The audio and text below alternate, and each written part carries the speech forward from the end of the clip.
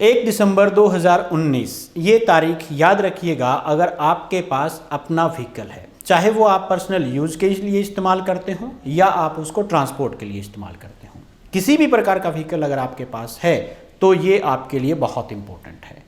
क्यों इंपॉर्टेंट है? क्योंकि 1 दिसंबर 2019 के बाद जब भी आपका व्हीकल किसी टोल प्लाजा के थ्रू गुजरेगा तो आपको जो टोल देना है वो अब की बार कैश में नहीं, आपको जो रेडियो फ्रीक्वेंसी टैब है जिसको हम RFID या फास्टैग कहते हैं उसके थ्रू पेमेंट होगी। फास्टैग को लेकर आपके मन में बहुत प्रकार के प्रश्न हो सकते हैं, आपके मन में दुविधाएं हो सकती हैं, बहुत सारे क्वेश्चन, क्योंकि पहली बार इम्प्लीमेंट किया जा रहा है इस पैमाने पर। तो इस वीडियो में आज हम उससे रिलेटेड जो मोस्ट इम्पोर्टेंट क्वेश्चंस है, जो एटलीस्ट सभी को पता होने चाहिए, वो मैं डिस्कस करूंगा। तो इसलिए जब वीडियो को देखें तो अंत तक देखें विदाउट स्किप किए हुए, क्योंकि उसमें जो भी पॉइंट्स यहाँ पे मैं डिस्कस करूंगा वो आपके काम के हैं। तो चलिए शुरू करते हैं उन सभी पॉइंट्स को। फास्टैग या यूं कहें RFID, radio frequency identity of your vehicle. Basically ये है क्या, एक पर्ची होती है छोटी सी, एक टैग होता है जिसके अंदर एक इलेक्ट्रॉनिक चिप होती है, उसका आपके व्हीकल की विंड स्क्रीन के ऊपर लगाया जाता है। क्या काम करता है? आपने ऑब्जर्व किया होगा जब आपका व्हीकल टोल प्लाजा से गुजरता है तो टोल प्लाजा के ऊपर जो आदमी होता है वो आपके व्हीकल की नंबर प्लेट को स्कैन करता है और आपसे टोल लेता है। टोल कैश में होता है। तो ये आपके व्हीकल की पहचान थी। अब ऐसा नहीं होगा, क्योंकि रेडियो फ्रीक्वेंसी आइडेंटिटी ऐप जब आपके ऊपर गाड़ी के ऊपर लगा लेंगे, जिसको हम फास्टैग कहते हैं, तो आपके व्हीकल की जो डिटेल्स हैं, क्योंकि आपके जो व्हीकल का रजिस्ट्रेशन नंबर है वो उसके अंदर स्टोर कर दिया जाता है, आपकी RC से रिलेटेड जो भी डॉक्यूमेंट्स हैं, और वो उसके वहाँ पे जो स्कैनर होता है वो उसको स्कैन कर लेगा और उसके थ्रू जो भी पैसे होंगे वो ऑटोमेटिकली कट जाएंगे और आप उस टोल के अंदर से गुजर सकते हैं। तो ये फ़ायदा करता है जो रेडियो फ्रीक्वेंसी आइडेंटिटी है या फास्टैग है वो। तो इस तरीके से बेसिकली काम करता है। परंतु जो सवाल मन में आते हैं कि क्या सभी को लगवाना अनिवार्य है, तो यहाँ पे मैं कहूँगा जो अभी तक जो नोटिफिकेशंस आए हैं तो हर व्हीकल के ऊपर जो भी नेशनल हाईवे के थ्रू गुजरेगा किसी भी टोल प्लाजा के अंदर, तो उसके लिए फास्टैग का होना अनिवार्य है। अब यहाँ पे एक क्वेश्चन और अराइज हो जाता है कि क्या जब उसके आसपास के एरिया के हैं उनको भी लगवाना पड़ेगा? तो सभी के लिए कंपलसरी है। जो भी व्हीकल गुजरेगा उसमें से जो भी टोल प्लाजा में से गुजरता है उसके पास फास्टैग होना चाहिए। अब बात आती है कि अगर नहीं हुआ तो क्या होगा। अगर आपके पास फास्टैग नहीं हुआ तो आपके व्हीकल के लिए वहाँ से गुजरने के लिए 2 गुना टोल चार्ज किया जाएगा। तो ये ध्यान रखें, इसलिए आपके व्हीकल के ऊपर फास्टैग होना चाहिए। अब अगला प्रश्न आता है कि उसको ले कहाँ से। तो देखिए, जितने भी टोल प्लाजा हैं लगभग सभी के ऊपर एक काउंटर बना हुआ है जहाँ पे आप अपनी गाड़ी की RC, आधार कार्ड और रिलेटेड जो फ़ोटो वगैरह हैं वो लेके आप वहाँ पे उनको दे दें और वहाँ से फास्टैग आप ले सकते हैं। दिसंबर तक फास्टैग फ्री ऑफ कॉस्ट दिया जाएगा। उसके बाद जो चार्जेस होंगे वो लगेंगे। फ्री ऑफ कॉस्ट का मतलब ये है कि उसके जो सर्विस चार्ज हैं वो नहीं लगेंगे। उसके अलावा जो आपको उसके अंदर पेमेंट्स वगैरह डलवानी है उसके चार्जेस होंगे, वो एक अलग प्रक्रिया है। परंतु अभी तक वो सभी को जो सर्विस चार्जेस हैं वो फ्री दिया जा रहा है। इसके अलावा अगर आपके आसपास कोई टोल प्लाजा नहीं है, आप नहीं जाना चाहते कहीं पे, तो उसके लिए भी बहुत आसान समाधान है। जितने भी बैंकिंग हैं, बैंकिंग सेक्टर की जितनी भी ऐप्स हैं, वो सभी के ऊपर ये ऑप्शन अवेलेबल है कि आप वहाँ से फास्टैग खरीद सकते हैं। परंतु उससे भी आसान अगर बात करें तो पेटीएम के ऊपर भी फास्टैग दिया जा रहा है। वहाँ से भी आप अपने फास्टैग को ले सकते हैं, परचेज कर सकते हैं। उसके लिए सिर्फ आपको आपकी गाड़ी की जो RC है उसको स्कैन करना है और अपलोड कर देना है। तो इस तरीके से आप वहाँ से भी फास्टैग ले सकते हैं। इससे रिलेटेड भी एक मैं अलग से वीडियो बनाऊंगा जिसके अंदर हम देखेंगे कि किस तरीके से पेटीएम से परचेज किया जा सकता है। उसके बाद ये आता है कि उसको फिर रिचार्ज कैसे करेंगे या कहाँ से उसको रिचार्ज करवाना पड़ेगा। तो जैसे मैंने बताया, पेटीएम के थ्रू हम जब उसको परचेज कर रहे हैं तो उस दौरान भी आप रिचार्ज कर सकते हैं, या आप किसी भी बैंकिंग ऐप से, या जैसे आजकल मोबाइल रिचार्ज करते हैं उसके किसी भी मेथड से बड़ी आसानी से वो रिचार्ज हो जाएगा। वैलिडिटी कितनी होगी? वैलिडिटी रहेगी 5 साल। यानी कि जब आज आपने अगर कोई फास्टैग परचेज किया है या उसको रिचार्ज किया है तो उसकी वैलिडिटी 5 साल के लिए होगी। 5 साल के बाद आपको दूसरा परचेज करना पड़ेगा। 5 साल के बाद जो भी स्कीम्स आएंगी, अभी आगे फर्स्ट टाइम शुरू हुआ है, मे भी आगे चेंज होंगी हर चीज़ें, तो तब तक क्या आएगा तब तक देखते हैं। फिलहाल ये है कि वो 5 साल के लिए उसकी वैलिडिटी होगी। अब अगर एक और सवाल कि यहाँ पे अगर उसको मैं बीच में उतार दूँ गाड़ी के ऊपर से तो फिर क्या होगा? तो ये ध्यान रखिए, सावधानी रखनी है कि फास्टैग को कभी भी अपनी गाड़ी की विंड स्क्रीन से ना उतारिए, क्योंकि बाई चांस उतार लिया और वो ख़राब हो गया तो आपको नया फास्टैग परचेज करना पड़ेगा। कहीं आप उसको सेलो टेप वगैरह से चिपका भी लेंगे तो हो सकता है उसने टोल प्लाजा पे काम नहीं किया, तो फिर आपको 2 गुना टोल पे करना पड़ सकता है। हाँ, एक पॉइंट और ध्यान रखें, वो ये कि अगर आपके पास कई व्हीकल हैं, मान लिया आपके पास 3, 4, 5, 10, 15 गाड़ियाँ हैं, जितनी भी गाड़ियाँ हैं उन सभी के ऊपर हर गाड़ी के लिए अलग से फास्टैग होगा। ये नहीं है कि आपने एक फास्टैग परचेज कर लिया और उसी को एक पर से उतार के दूसरी पर लगा दिया, दूसरी से उतार के तीसरी पर लगा दिया, ये नहीं होगा, क्योंकि मैंने बताया है फास्टैग के अंदर डिजिटल फॉर्म में आपका जो गाड़ी के रजिस्ट्रेशन रिलेटेड डिटेल्स हैं वो सेव होती हैं। तो एक गाड़ी के लिए एक होगी, आपको दूसरी गाड़ी के लिए दूसरा परचेज करना पड़ेगा।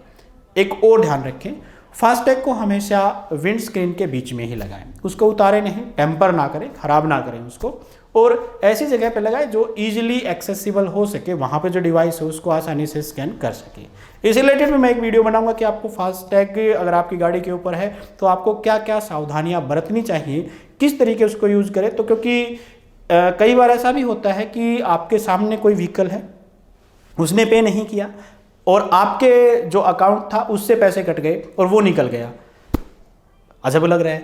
ऐसी सिचुएशंस हो सकती हैं।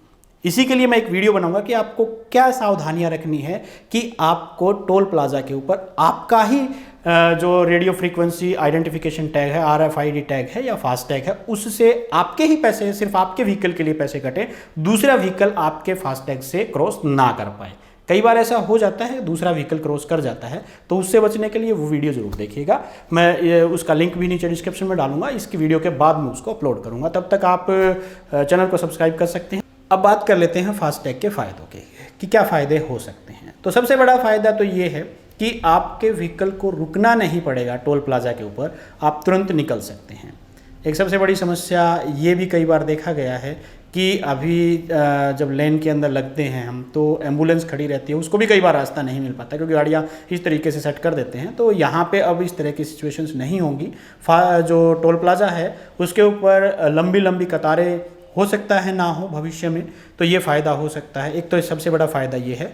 और जो दूसरा फ़ायदा है कि अगर बाई चांस मशीन ख़राब है, मशीन की मैं बात कर रहा हूँ स्कैनर की, जो टोल प्लाजा के ऊपर लगा होगा उनके स्कैनर की बात कर रहा हूँ, अगर उनका स्कैनर है और वो ख़राब है, आपका फास्टैग ठीक है, तो आप वहाँ से फ्री ऑफ कॉस्ट गुजर सकते हैं, आपको पेमेंट नहीं करनी है। यानी कि आपकी गाड़ी को नहीं रोका जाएगा, आपको मैनुअली पे नहीं करना है कहीं पे भी 1 रुपया भी।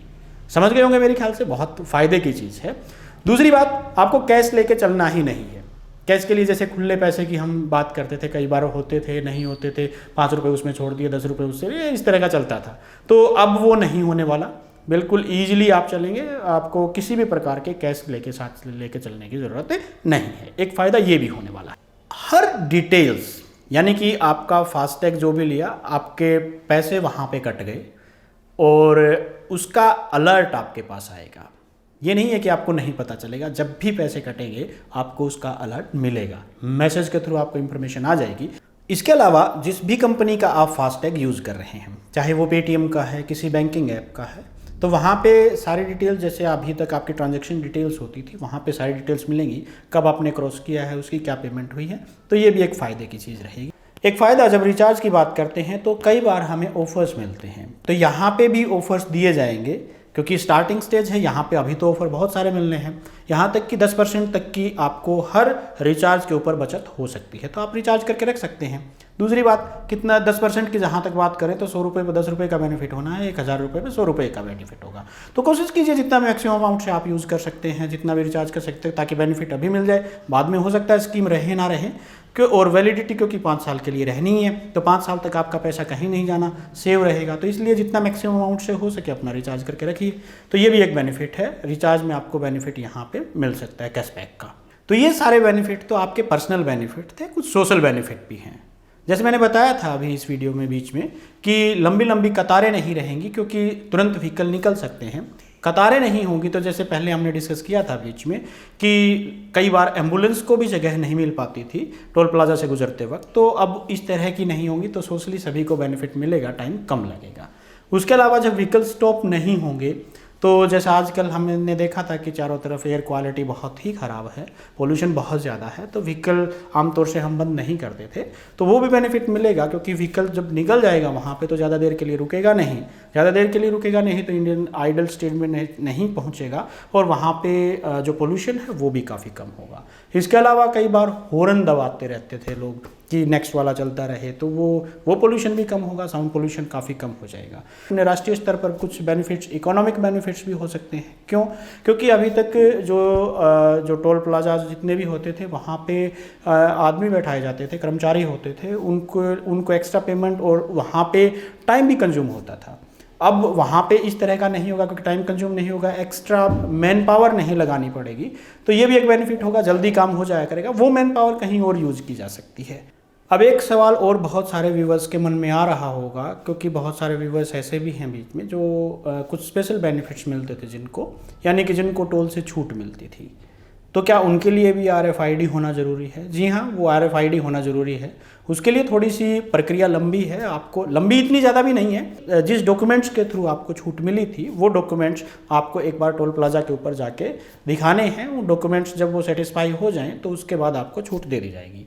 इसमें बहुत सारे आर्मी पर्सन्स आते थे, बहुत सारे पॉलिटिशियन होते हैं जिनको छूट मिलती है, या ऐसी बहुत सारी गाड़ियाँ हैं, प्रेस की हो सकती हैं, या कुछ रोडवेज़ वगैरह की ऐसे व्हीकल्स हो सकते थे जिनको छूट मिलती थी, तो उनको अब वहाँ पे ये दिखाना पड़ेगा। हाँ, एक अब थोड़ी सी समस्या उनके लिए ये हो गई है कि पहले क्या करते थे, वो आदमी जो भी पर्सन था, that may be of any kind, any service person और that may be a politician, कुछ भी कोई भी हो सकते हैं, वो क्या करते थे, जिस व्हीकल में बैठे होते थे अपना कार्ड दिखाते थे और उसको छूट मिल जाती थी।